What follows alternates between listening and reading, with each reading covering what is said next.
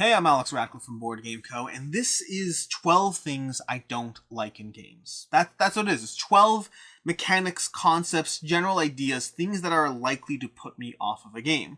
And before we go into it, I do have a whole bunch of games to illustrate different points as I go through it, but I very specifically and with great intent have a mix of games that I am slightly more critical of because of those things, and games that I absolutely adore despite those things. Because it's never...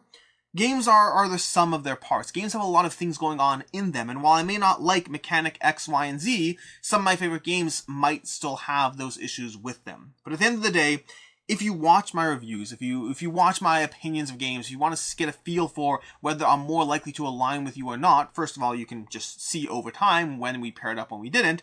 But also, I think it's worth knowing the types of things that are likely to turn me off in a game, the things that will get in the way of my enjoyment, things I look for when I decide to acquire a game myself, to back it on Kickstarter, to say yes to a publisher when they want to send me a game to review. These are the things I look for to try to decide if a game is or isn't for me. Well, these are some of the things. There might be more, but these are 12 that definitely stand out as potential flags when I'm basically deciding to get a game or not. And then when I decide to get a game, if I play them, the things that might get in the way of my enjoyment. And so with that, timestamps as usual down below, let's go ahead and dive into this, starting off with the very first one, which is really a video I did already. I did a full video on this topic, which is variability, or the lack of variability. If you want to see the full deep dive into that video, you can go ahead and check that out. I'll link to it down below. But specifically in this case, we're going to use Merchants of the Dark Road as an example. Variability to me is a big part of the gaming experience. I like it when a game gives me a variable dive into it, a variable setup, a variable engaging, a variable powers or abilities or something about the game that basically forces me to constantly reevaluate the challenges that the game is presenting game to game. I don't love it when a game gives me the pathway towards mastery, when a game gives me a limited number of different ways I can pursue that endgame goal, and then it's about trying to find these small efficiencies along that path. There are great games that have a lack of variability, and I'm sure I can point towards many great games. In fact, even The Reckoners over here is a game that I've complained about the variability in the past as well. But despite that, I find that for me, variability is definitely one of many factors I'm looking at when I decide if a game is or isn't for me. If I'm playing a game for the 4th or 5th time and I'm already starting to feel like it's a bit samey, that moves more towards the pathway of mastery. That moves more towards the pathway of trying to get the best possible game out of a more limited pathway of decisions. Once a game gives me the feeling that the decisions I'm making no longer are changing drastically game to game, that I'm no longer exploring new patterns so much as finding these slight optimizations within those patterns, that to me represents a lack of variability, and it's something that I look for in my gaming experiences. Again, I do a full video deep dive into this topic if you want to see more, but that's my idea of variability. Merchants of the Dark Road, for context by the way, does have variability to it, but I find that it's very often, if it falls a bit more into the Euro aspect in which other players don't heavily influence how you're going to pursue your own strategy, your own engine. And then in addition to that, you have this aspect of balancing money and balancing prestige as you go through the game, which kind of forces you to maintain a lockstep approach where you can't pursue different pathways. You kind of have to balance certain things, and then once you're doing that, there's limited variability as far as how you can go through it. It's a game that by the time I was going into my 4th or 5th play, I was already starting to feel like I was moving into the same patterns as opposed to trying to explore and find new ones. From there we have Cascading Failure as a mechanic. Cascading Failure is the idea that as you go through a game experience, things get worse as you play, meaning no, that's not true. That's not what it means. Cascading Failure is the idea that as things go poorly for you, they go worse for you, and so on and so forth. Meaning, in general, in games, sometimes you just, you get a wound, you suffer a penalty, you this, you that, something bad happens to you as you go. And that's fine. But when the bad thing makes it more likely that the next time it's going to be a bad thing, then that's going to result in more of a problem. That is Cascading Failure. The idea that as things get worse, things get harder and more punishing and more brutal because you weren't able to stop it at the gate. Because you weren't able to stop the first bad thing, the next bad thing is more likely. Games like Nemo's War have left my collection after a single play because I was like, I don't like this aspect that every time something goes wrong, things get worse for me. The Reckoners in this case is actually the example I'm using as one that I like despite Cascading Failure. In The Reckoners, you're playing a cooperative experience as you try to stem the tide of epics overtaking the city. And if you don't stay in control 100% of the time, the epics power up. Steelheart powers up. If you're playing with the expansion, the other bosses power up. The various enforcement around the city start piling up. If you don't keep the game in control, the amount of bad things happening gets worse. It's not a simple binary, well, 2 bad things, 2 good things, 2 bad things. If you don't stop those 2 bad things, next turn turn it's 3 bad things, next turn it's 4 bad things. It has Cascading Failure as a mechanic, and I like it despite that. Like I said already, some of these are going to be games that I like despite not liking the mechanic, but in general I don't like the mechanic. In general, that mechanic can result in a single bad move and a single thing going wrong, starting to have the entire flow of the game move downwards. It can result in a single unlucky situation or in a single tactical disadvantaged play, resulting in your entire game being over if you let it go too far. And so I don't love Cascading Failure as a mechanic. I generally seek to avoid games that have it, and I would say with exceptions, most of the time I consider it far more of a critique, as opposed to the Reckoners where I kind of barely notice that it's a thing, but it absolutely is a thing. Number 3 is going to be luck in heavy games without mitigation. Luck in games is left, right, and center. I have sat there in videos and in reviews and talked about how I love game X, Y, and Z despite the fact that there's a million dice rolls. And then I don't like games X, Y, and Z because of the fact that there's too much luck in those experiences. And so the terminology I'm using is very, very specific and very, very precise. It's luck in heavy games without mitigation. Those are 3 things. Luck, heavy games, mitigation. Those are the 3 things I'm looking at in a game. You see, when I play a game like Zombicide, I dive into Zombicide, and I'm rolling dice left, right, and center, almost as a beer and pretzels game experience. Despite the fact that there's plenty of agency, there's plenty of strategy, there's enough die rolling and enough lightness to the experience I'm diving into that the dice rolls don't bother me. The fact that there's luck left, right, and center doesn't bother me, and it averages out across all the things, and it's all good, and I don't really care. Or if you have a heavier game, a game like Castle of Burgundy, where you have the dice that you're rolling over here, but the mitigation, or the way you can assign things, or the way the dice aren't purely binary, good or bad, based on higher and lower numbers, though that starts drifting more into the mitigation category. You have a heavier experience, but enough opportunities that it's not as purely binary as you got a 6, you got a 1, and luck and unlucky. But what I don't like is when you have heavier games that have luck without mitigation. And I'm actually going to pick Eclipse as my standard over here. Not the Eclipse Second Dawn for the Galaxy, which I haven't played yet, but the original Eclipse, which I did play, and I got rid of because of that aspect. Eclipse was a game that I found that when I did play it back in the day when I had it, it was a game that I would sit there and tactically plan out my entire structure, my entire moves, my entire everything, my entire galaxy expanding in this 4X game.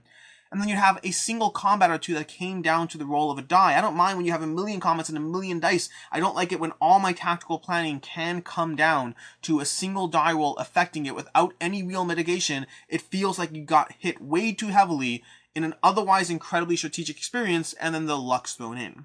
The heavier the game, the more rules interest, the more rules checking, the more overhead there is to the experience, the less I want luck to be a personal factor. Luck as a game concept, totally on board. Luck in heavy games without mitigation, well, a little less so. Number 4 is going to be choosing points over fun.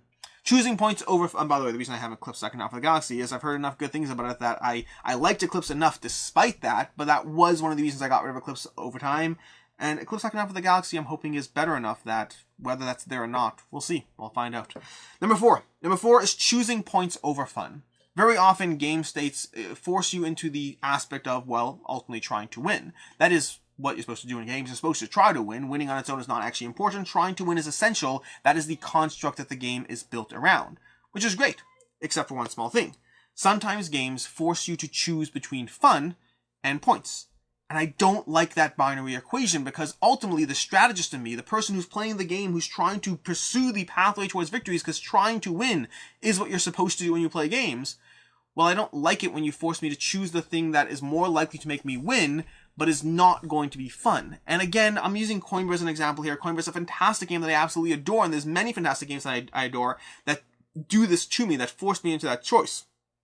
But ultimately, I don't love that choice. So let me give you some examples here. So first of all, Dominion. Dominion's a great game, where Dominion very often pursuing a less exciting version of Dominion in which you pursue all the other cards in the game, and you pursue the gold in the game more heavily, as opposed to the engine comboing. That is more likely to make you win, not as much fun. In Coimbra, when you sit there and you have these pathways that you very often have to choose point paths that will give you, well, points, instead of the things that give you combos and stuff. Especially as you enter mid-game, you have to very heavily lean into that. That makes me choose between the thing that is going to give me points and might help me win, versus the thing that's cool and fun and interesting. Dwellings of Eldervale is another great game that often had me choosing between card combos that made sense, that were going to be cool and fun and interesting, over things that just gave you points.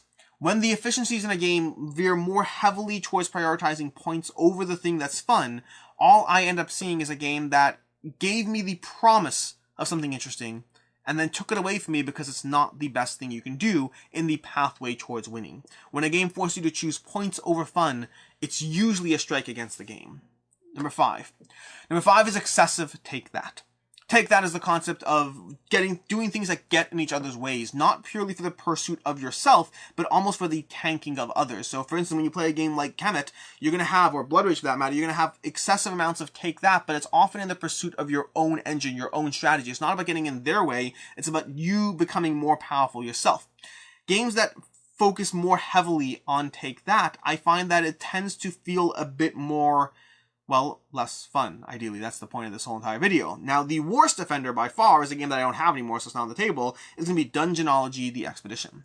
Dungeonology is a game from Ludus Magnus Studios that I thought was abysmal. Absolutely abysmal, in the sense that every single move was excessive amounts of take that, and it felt like the entire game was how can you most annoyingly get in each other's ways, which is a mechanic that you generally do see in some lighter card games, and Exploding Kittens, and Doomlings, and any of these lighter, simple games where you're just drawing cards and getting each other's ways, but Dungeonology had the nerve to do it behind a heavier set of rules and a lot more immersive, a lot more work to get to that experience, and it was still basically just take that and get in each other's way.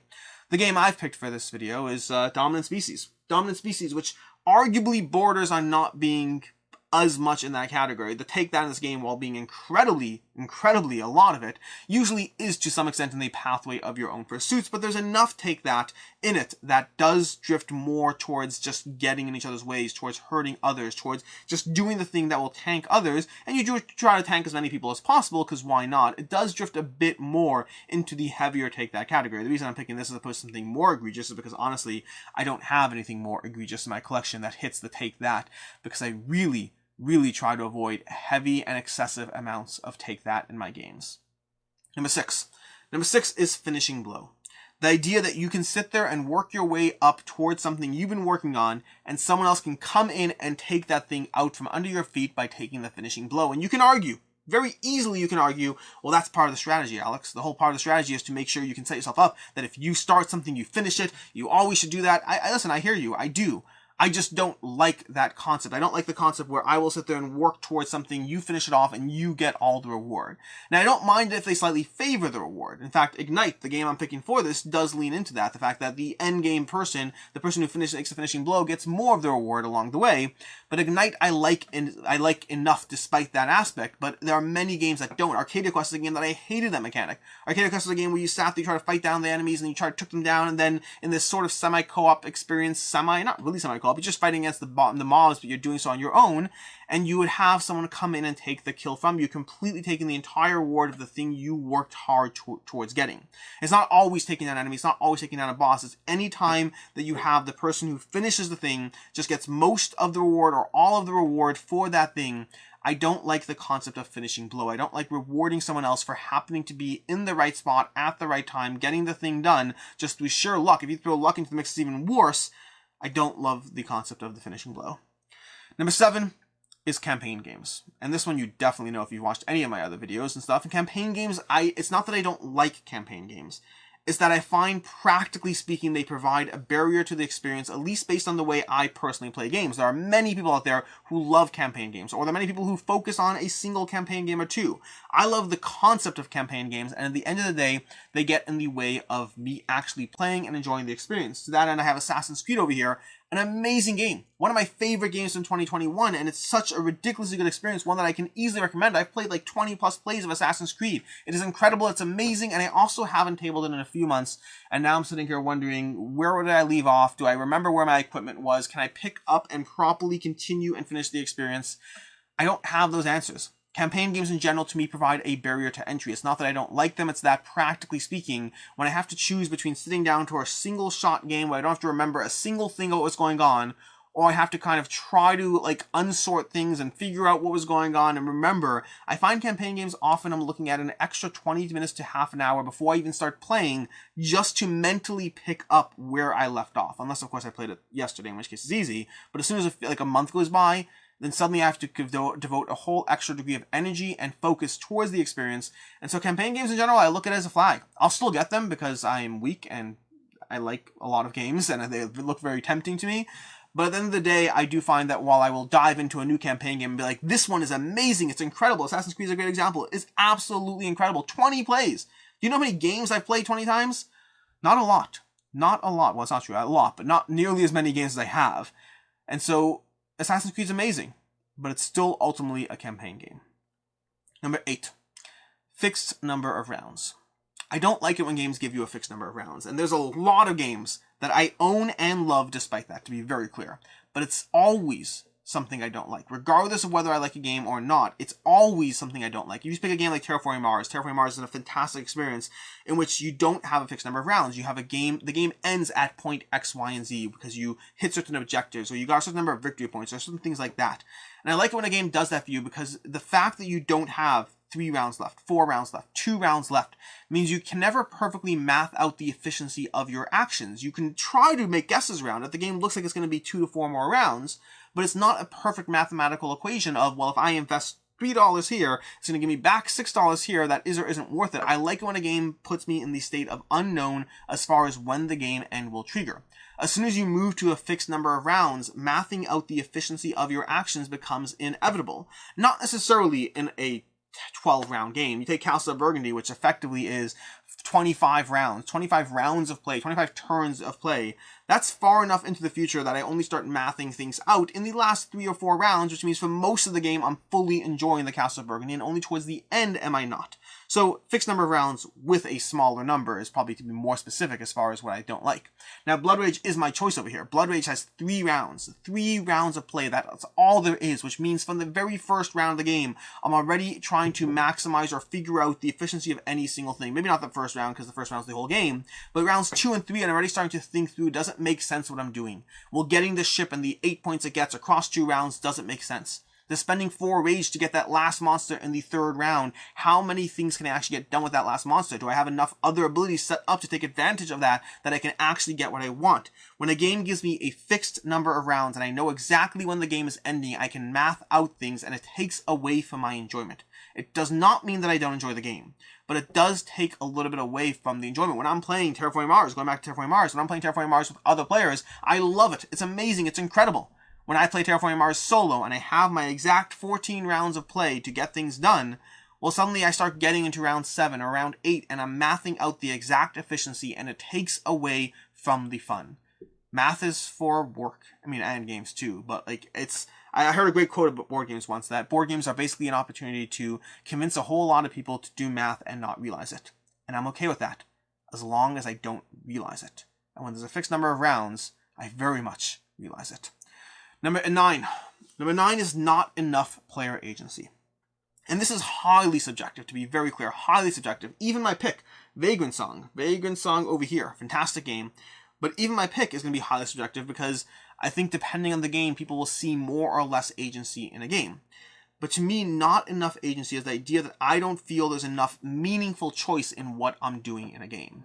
To start off with, as a most basic attempt, when you play a game like War, the card game, you know that, not a lot of people often think about this or realize this, gamers more so than others, but if you tell someone who's been playing that game when they were a kid, and you tell them when they're growing up, you realize that War was an exercise in a game of 0 decisions. Not few decisions, not light decisions. There are no decisions to be made in War. War is a game of drawing a card, comparing it, rinse and repeat. The game is predetermined before you begin, you just don't know the outcome. If you add a small amount of choice to War, it doesn't necessarily make it better. What if you change War? War is now a game of drawing 2 cards from the top of a deck, and you pick one instead. You've now added agency to the game, right? You pick a card. It's still no agency, because there's no incentive not to pick the higher card. You will always pick the higher card. There's no incentive not to do so, so you've added the illusion of choice. When you start adding choices to a game, unless the choices are actually hidden and complicated within the math of the game, that math that I don't want to see, but unless you hide the meaningfulness of a choice, then the choice is no longer a choice. It's just an obvious choice from several options. And an obvious choice from several options is not a choice. Now, how obvious that choice is starts moving down several layers. I like games that throw enough complexity at you that finding the pattern within the options on the table is where the fun lies. Trying to predict how things will play out across 25 rounds of play. Trying to see the best move to make when you have 15 different things going on, and 2 enemies here, and 3 pieces of equipment here, and an ability there. I like agency in a game. And when I start to feel like the choices I'm making are obvious, whether or not they are, and this is such an important distinction here, because at the end of the day, a game might have a ton of agency. A game may have a ton of strategy that I'm simply not seeing, but it doesn't matter because it only comes down to my perceived experience. If I feel like the choices I'm making are obvious, even if they're wrong, to me, that is not enough agency a game. Because ultimately it comes down to my experience. The game might have a ton of nuance and depth, but if I feel that the choices I'm making are the obvious ones to make, then I tend to feel not as much reward in the experience. I feel that the game is giving me the illusion of choice as opposed to actual choice. To be very clear, Big and Song has choice, but I feel it has lesser degrees of choice than I would ideally like from the experience. But that is my number 9. Not enough player agency, not enough illusion of choice, and more obvious patterns that I think, at least to myself, are the more obvious choices on the table. Number 10, work to reward ratio. Number 10 is where we start moving into, where do I have? I should have number 11. Do I have 12? I'm supposed to have 12 things. I'm going to go with them and we'll figure it out. Number 10 is work to reward ratio. And that's going to be, oh, that's what it is. Sorry, number 10. My bad. I'm out of order here. Number 10 is small increments of reward.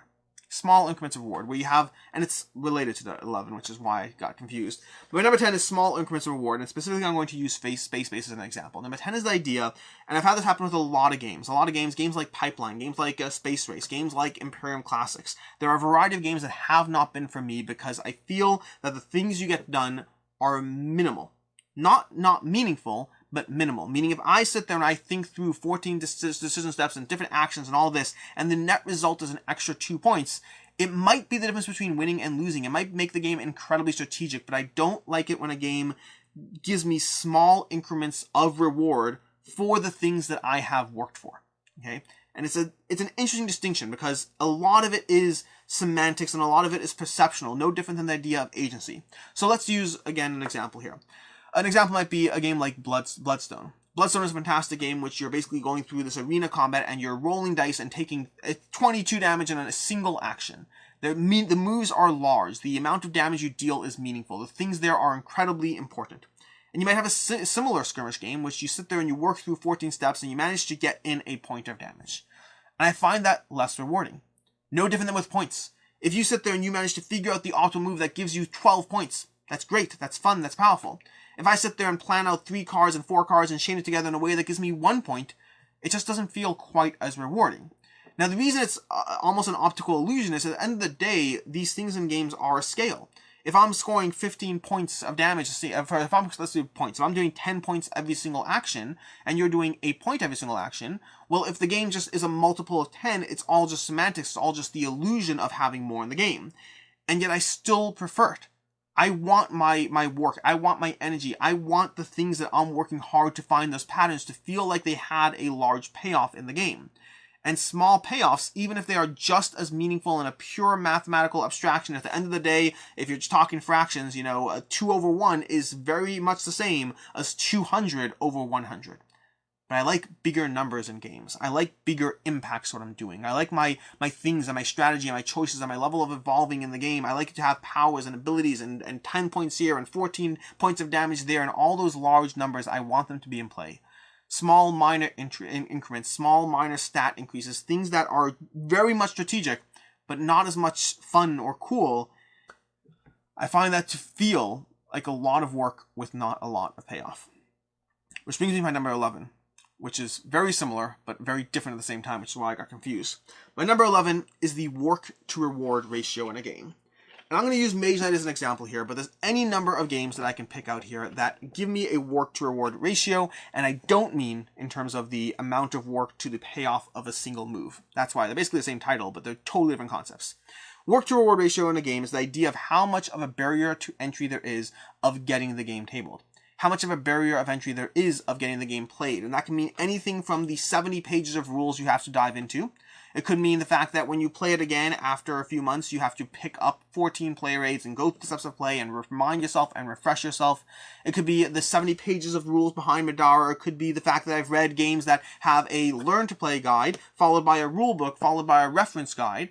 It could be anything that gets into the barrier of entry of the work to reward ratio. And the ratio is the important part, because Mage Knight, make no mistake, is a fantastic game. It's about the idea that sometimes I'll sit there and go through 70 pages of rules and I'll be like, that was great. But it's also as great as a game that gave me 30 pages of rules and less player aids and less stuff to remember game to game, and so it's not worth it. Is it good? It's fantastic. Is it worth it? Not to me.